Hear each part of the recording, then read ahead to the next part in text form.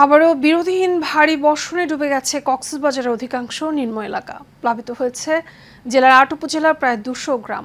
Hotel মোটেলে আটকা পড়েছে কয়েক হাজার পর্যটক। কিছু কিছু এলাকায় নেই বিদ্যুৎ এবং মোবাইল ফোনের নেটওয়ার্ক। কক্সবাজার প্রতিনিধি মোহাম্মদ শফিকের প্রতিবেদন, বিস্তারিত জানাচ্ছেন আরবি ইসলাম হিমু। টানা ভারী বৃষ্টির কারণে কক্সবাজার শহরের প্রধান সড়ক সহ অফিস, আদালত এবং ব্যবসা প্রতিষ্ঠানে বৃষ্টির পানি জমে আছে। এছাড়া হাজারো বাড়িঘর পানিতে তলিয়ে গেছে। সড়কের দুপাশের ৫ শতাধিক হোটেল, গেস্ট হাউসে যাতায়াতের অভ্যন্তরীণ ১০টি উপসড়কও প্লাবিত হয়েছে। এতে হোটেলে অন্তত ২৫,০০০ পর্যটক আটকা পড়েন।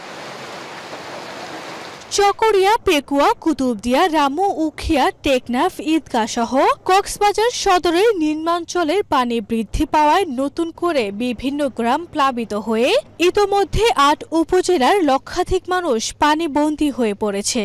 এছাড়া বাকখালী এবং মাতামুহুরী নদীর পানি বিপদসীমার ওপর দিয়ে প্রবাহিত হচ্ছে।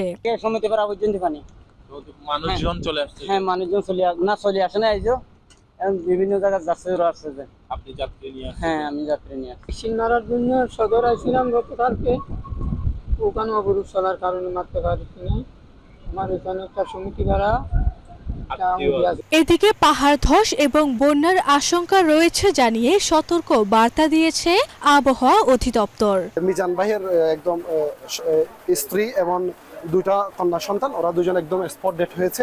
আনুমানিক রাত 2টার দিকে হঠাৎ করে পাহাড় ধসে পড়ে। আমরা একটা আওয়াজ শুনতে পাই, তখন আমরা ঘুমন্ত ছিলাম। এলাকার মানুষ যখন চেঁচামেচি করে তখন আমরা ছুটে আসি। বৃষ্টির পর জলাবদ্ধতায় বিপর্যস্ত হয়ে পড়েছে কক্সবাজারের জনজীবন। ভারী বর্ষণে শহরের মানুষের কর্মজীবন অনেকটাই থমকে আছে। আরবি ইসলাম হিমু, এশিয়ান টেলিভিশন।